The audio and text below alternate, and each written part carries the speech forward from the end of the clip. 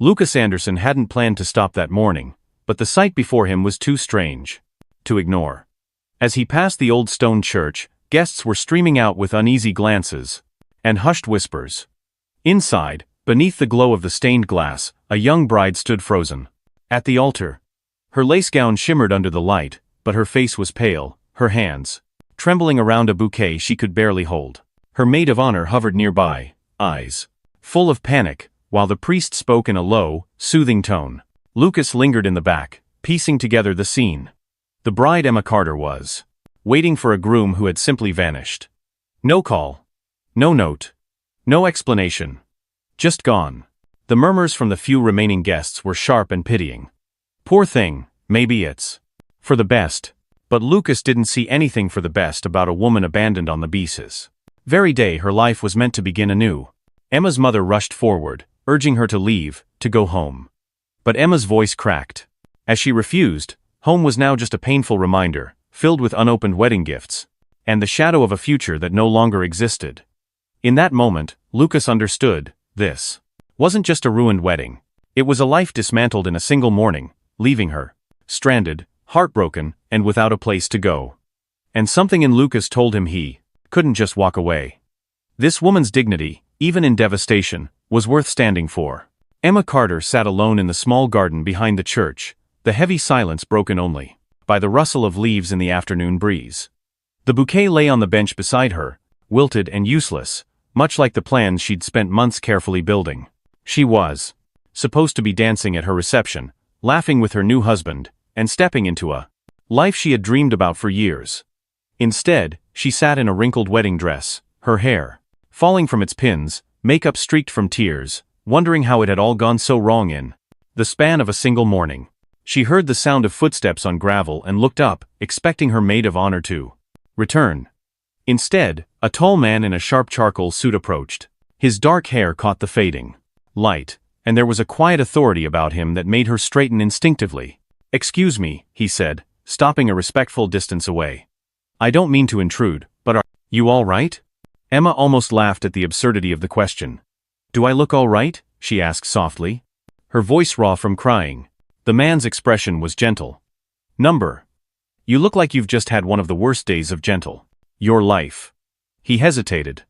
"I'm Lucas Anderson. I was driving by and I saw you. I thought you might need help."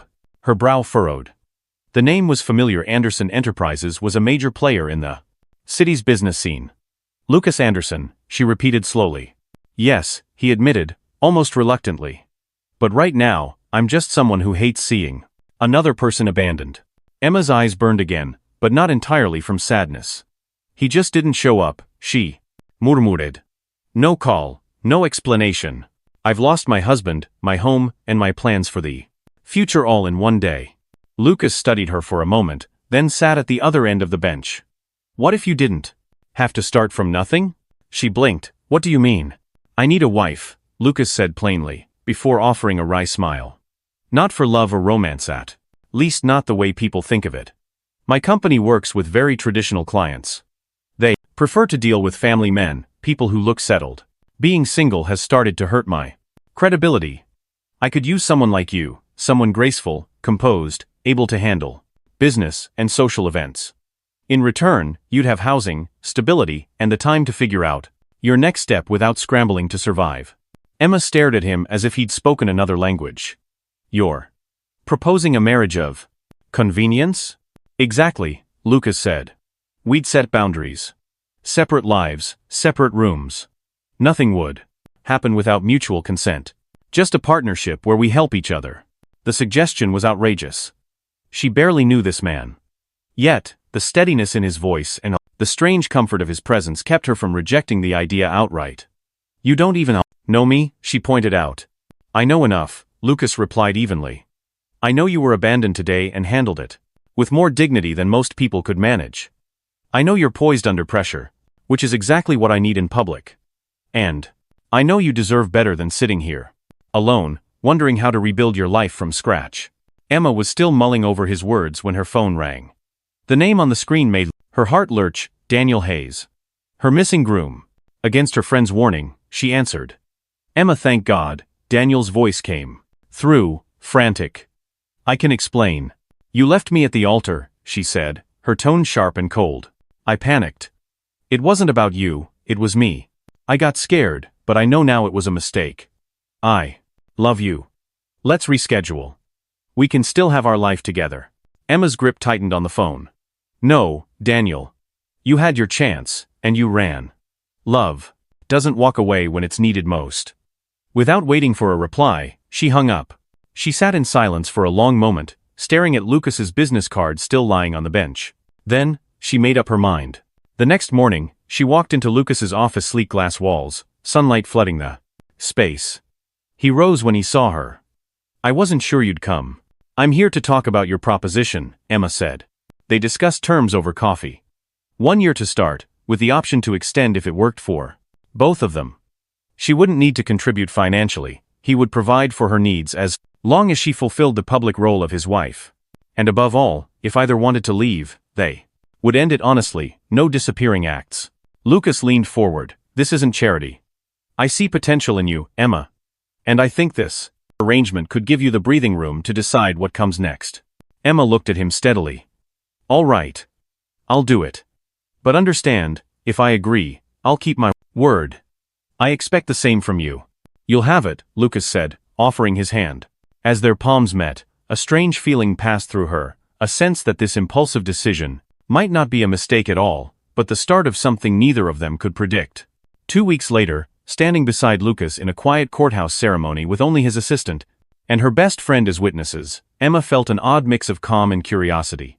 She had no illusions that this was a fairy tale wedding, but as Lucas glanced down at her with a hint of a smile, she wondered if, just maybe, this was the first step toward a future she hadn't dared to imagine. Emma Carter had been in Lucas Anderson's mansion for just 3 days when she realized how overwhelming it felt. The place was magnificent, polished marble floors, wide staircases, and rooms bigger than her entire apartment with Daniel. But it was also unnervingly quiet. Lucas left early every morning for work, returning late in the evening. Their interactions were polite, even warm at times, but carefully measured. This was, after all, still an arrangement. Her first real test came sooner than she expected. Over breakfast on Thursday, Lucas mentioned the upcoming Hartwell Foundation Charity Gala. "It's one of the biggest events of the Pobletuade, the year," he explained, pouring coffee. "Many of my most important clients will be there. I'd like you to accompany me." Emma put her cup down. "Is this the sort of event where I'm expected to impress people?"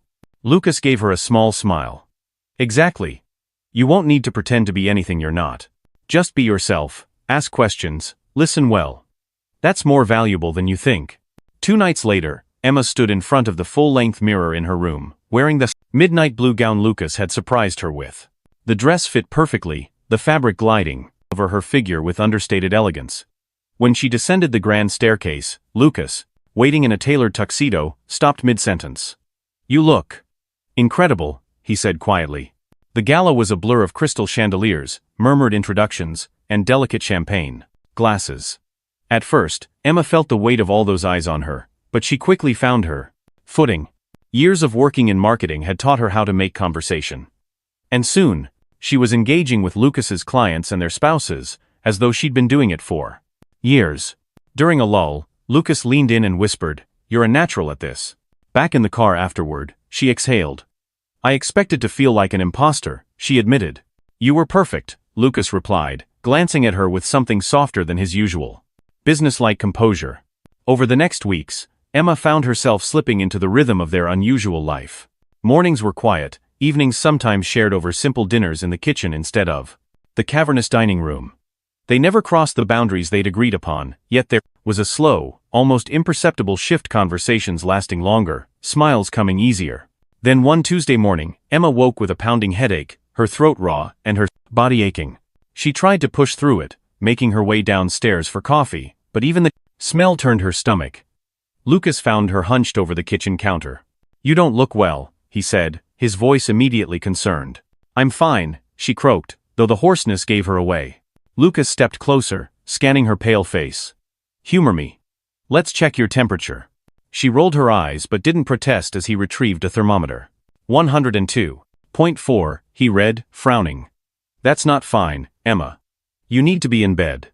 I can take care of myself, she began, but Lucas was already guiding her toward the stairs. I'm sure you can, he said gently, but you don't have to. To her shock, he scooped her up effortlessly and carried her upstairs. She was too dizzy to argue. By the time she was settled under the covers, Lucas was on the phone. My doctor makes house calls, he explained when she gave him a questioning look. Within the hour, Dr. Mitchell confirmed she had a nasty strain of the flu and ordered rest, fluids, and medication. Lucas listened to every instruction as though preparing for an exam, then saw the doctor out. For the rest of the day, he checked on her every few hours, bringing soup from his favorite childhood cafe, cool cloths when her fever spiked, blankets when she shivered. He kept her medication schedule with the precision of a project manager. You're going to get sick too, she mumbled at one point. I have an excellent immune system, he replied with a small smile. Besides, I'm not going to leave you like this. The sincerity in his voice made her throat tighten. And not from the illness. By the second day, her fever broke, but she still felt drained. Lucas, however, continued his watch. He worked from home so she wouldn't be alone, handling calls from a leather chair in the corner of her room between checking her water glass. Finally, on the third day, she emerged dressed and feeling human again. She found him in his home office, but he pushed back from his desk the moment he saw her. You're up, he said, smiling. How do you feel? Better. And thank you for everything. There's nothing to thank me for, Lucas said simply. You were sick. I took care of you. That's what husbands do, arrangement or not. The word husbands lodged itself somewhere deep inside her. This was supposed to be a business deal, yet the tenderness in his voice felt anything but contractual. That evening, they had dinner together at the small kitchen table. Without the formality, conversation flowed easily, from favorite books to places they wanted to visit. She found herself laughing more than she had in months. At one point, Lucas asked about her past work in marketing, and she admitted she'd loved it, but had left at Daniel's insistence. Lucas frowned. You were good at it. You should consider going back. Our arrangement doesn't have to define your whole life. His encouragement stayed with her long after the meal. He wasn't just offering her shelter or a role, he was quietly giving her back parts of herself she'd thought she'd lost. One night, while chopping vegetables side by side, Lucas's hand brushed hers. He paused, looking at her with an expression she couldn't quite read. This arrangement, he said slowly, it's starting to feel less like an arrangement. Her heart skipped. What do you mean? I mean, I've stopped thinking of you as my agreement wife. You're just my wife now. His voice was quiet, steady, as if speaking a truth he'd been holding back. Emma met his gaze, feeling warmth spread through her. I've been feeling the same, she admitted.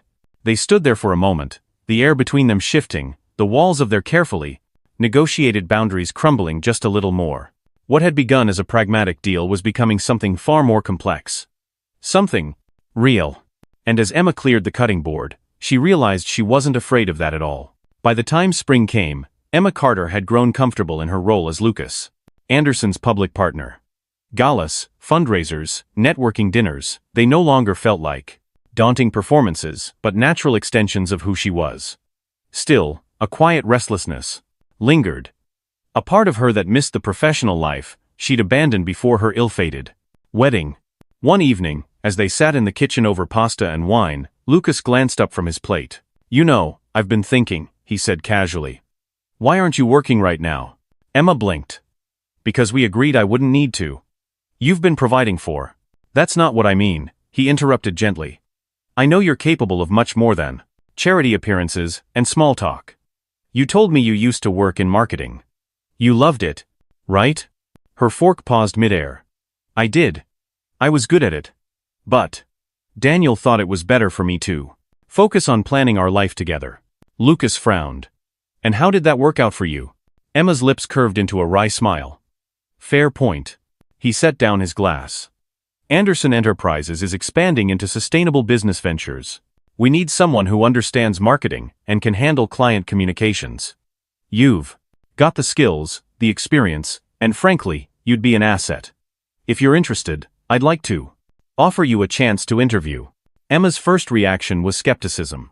You'd hire your own wife? Doesn't that blur the Lines of our arrangement? I'm offering you the same process as anyone else, Lucas said firmly. You'd interview with my department heads. If you're hired, it's on your merits. If you're not, it changes nothing. Between us personally, the idea both excited and unnerved her. But the next week, Emma found herself sitting across from Patricia Reynolds, Anderson Enterprises marketing director, fielding questions about patron, ROI projections and brand positioning. She walked out of the building feeling alive in a way she hadn't in months. 2 days later, Patricia called with the news she had the job. Her first day was a whirlwind of onboarding sessions, project briefings, and team introductions. Lucas stopped by her small, sunlit office just before lunch, holding 2 cups of coffee. How's my newest marketing manager? Emma smiled, taking the cup. Busy. Happy. Honestly, this feels right. It didn't take long for her to prove her worth. At a strategy meeting for the company's solar panel retrofitting project, she flipped through the existing brochure and shook her head. You're spending 3 pages explaining the engineering, she told the team, and 1 paragraph on how much money this will save clients over the next decade. We need to lead with the benefits that matter to them: cost savings, efficiency, and reputation as green leaders. Lucas, sitting at the far end of the table, looked genuinely impressed. That's exactly the perspective we've been missing. From that day, their professional partnership became as natural as their personal one. They exchanged ideas late into the evening, sometimes over takeout in Lucas's office, sometimes in the kitchen at home while chopping vegetables. The more they worked together, the more Emma saw a side of him she hadn't fully known: focused, collaborative, and open to input, even when it challenged his own thinking. And somewhere in that rhythm between shared deadlines and quiet dinners, the boundaries of their marriage of convenience began to blur. It was on a Thursday night, after a long meeting with a particularly difficult client, that Lucas leaned against the kitchen counter and watched her stir a pot of sauce. You know something? He said. What? She asked without looking up. You make my life better. Not just easier or more organized better. Emma glanced at him, her pulse quickening at the sincerity in his voice. That's a nice thing to say. It's not just nice, Lucas said, stepping closer. It's true. And it's why I can't keep pretending. This is just a business arrangement. The spoon stilled in her hand. What are you saying? I'm saying I've stopped thinking of you as my agreement wife. You're just my wife now. And I care about you. More than I ever intended to. More than I probably should. Her breath caught. Lucas. I'm in love with you, he said simply. I don't know when it happened, but I know it's real. And I needed you to know. For a moment, Emma just stood there, the words settling into her heart. Then, she set the spoon down and faced him fully. It doesn't complicate things, she said softly. Because I'm in love with you, too. His relief was visible, a slow smile spreading across his face before he reached for her, his hands warm against her cheeks. The kiss that followed was nothing like the polite one they'd shared at their courthouse wedding. It was tender, certain, and full of the emotions they'd both been holding back. When they finally parted, she laughed quietly. So, what happens now? Now, Lucas said, still holding her close, we stop pretending. We see what it's like to be married for real. From that night on, the atmosphere in the mansion shifted. Meals together became the norm, rather than the exception. Evenings sometimes meant curling up on the couch with wine and talking about everything from childhood memories to future ambitions. At work, they remained professional, but there was a new undercurrent, a quiet understanding that they were no longer just partners in appearance, but in truth. Weeks later, as Emma prepared for a major client presentation, she caught Lucas watching her from across the conference room. His expression wasn't just professional pride, it was something warmer, deeper. When the meeting ended, and the client signed the deal, he found her in the hallway. You were brilliant, he said, pulling her into a quick, unguarded embrace. Emma smiled. We make a good team. The best, Lucas agreed. That night, as they stood on the balcony overlooking the city lights, Emma realized that the life she'd thought was over on her aborted wedding day had, in fact, just been beginning. What had started as a way to survive had turned into something far more meaningful, a love she hadn't expected, with a man she now couldn't imagine living without. It was a crisp autumn afternoon when Emma Carter stepped out of Anderson Enterprises headquarters, her mind still buzzing with the success of a major pitch. She had barely reached her car when a figure stepped out from the shadow of a nearby column. Her breath caught. Daniel Hayes. For a split second, she thought her mind was playing tricks on her. But there he was, looking. Almost exactly as he had the morning he left her standing at the altar, except thinner, more tired, with deep shadows under his eyes. "Emma," he said, stepping toward her, "thank God. I wasn't sure you'd even see me." Her voice was calm but cool. "What are you doing here, Daniel?" "I needed to see you," he said quickly. "I've been trying to reach you for months, but your number changed. And you moved." "Because you made that necessary," she replied, unlocking her car door but not getting in. "You left me at the altar. You don't get to just show up and expect a conversation." "I know," he said, his voice cracking. "And I'll regret it for the rest of my life. But I've had time to think, to work on myself. I've been in therapy. I understand now why I ran." Emma crossed her arms. And I realize I made the biggest mistake of my life walking away from you," Daniel continued, his eyes searching hers. "I love you. I never stopped. I'm ready now. Ready for marriage, for the life we planned." She studied him carefully. "4 months ago, you had the chance to marry me, Daniel. And you ran." "I was scared," he said quickly. "But I've changed. I know what I want now, and it's you." Emma shook her head slowly. "I'm already married." The words hit him like a physical blow. "Married? To who?"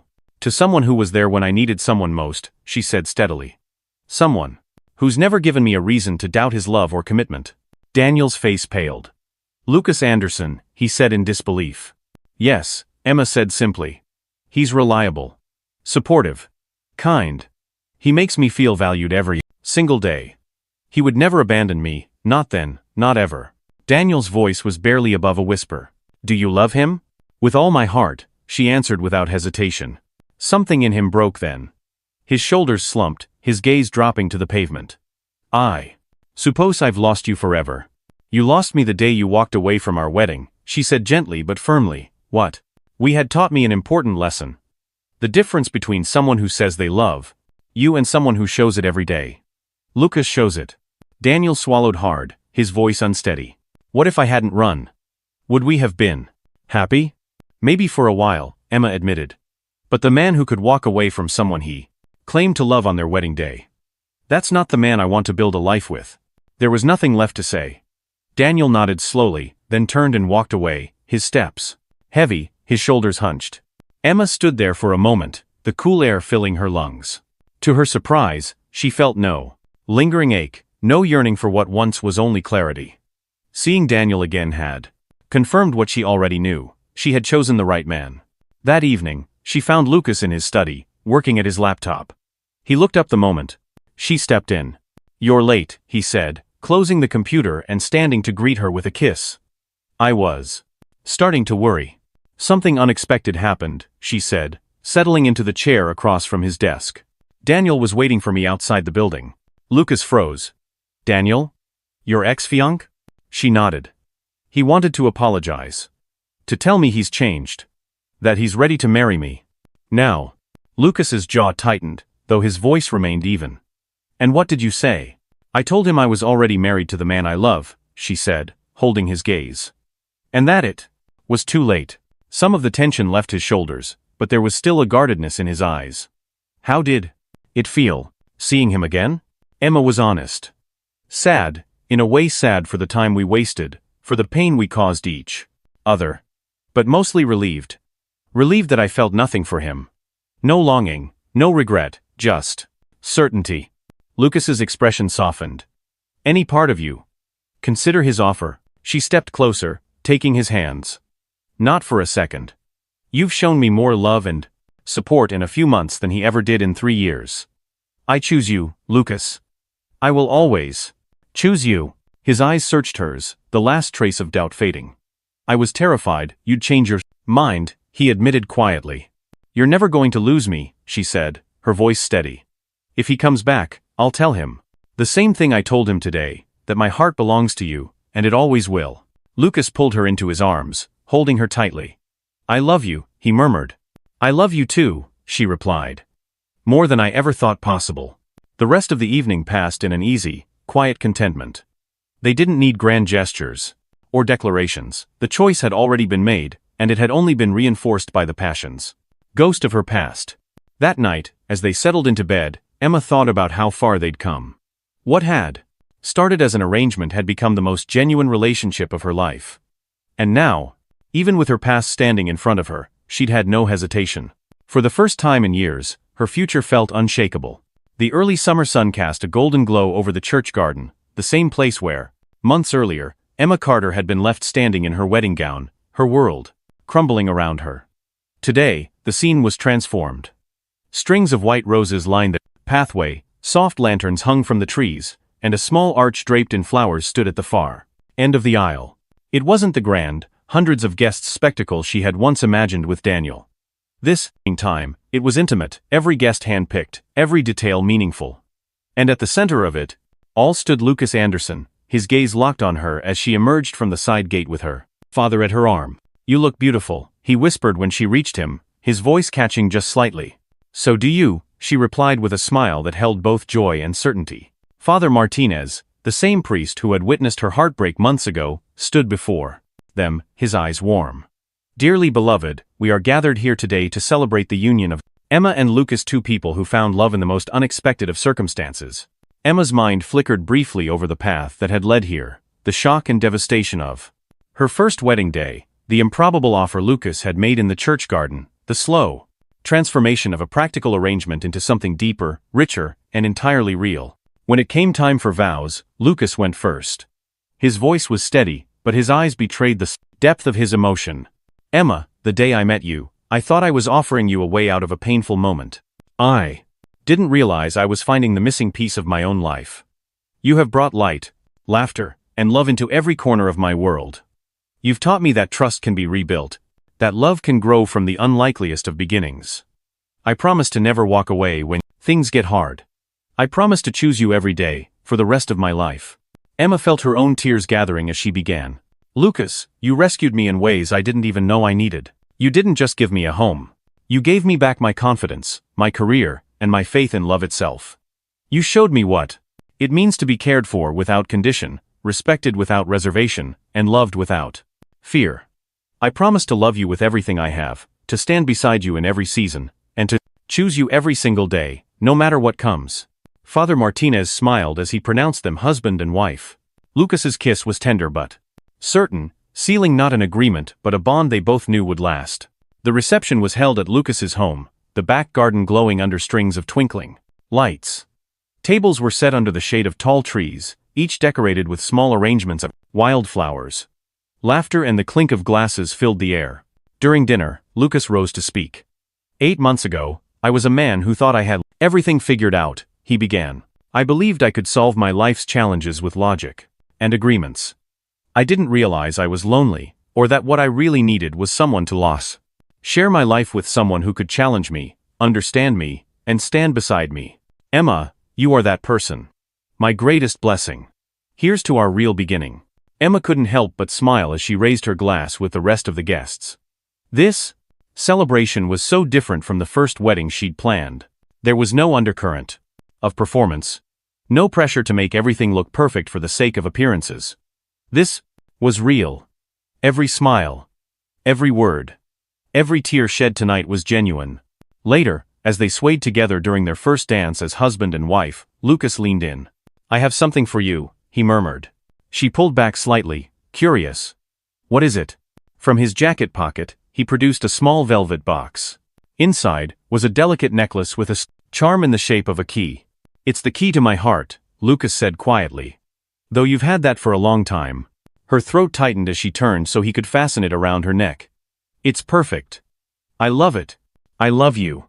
"I love you too, Mrs. Anderson," he replied, and the name felt as natural as breathing.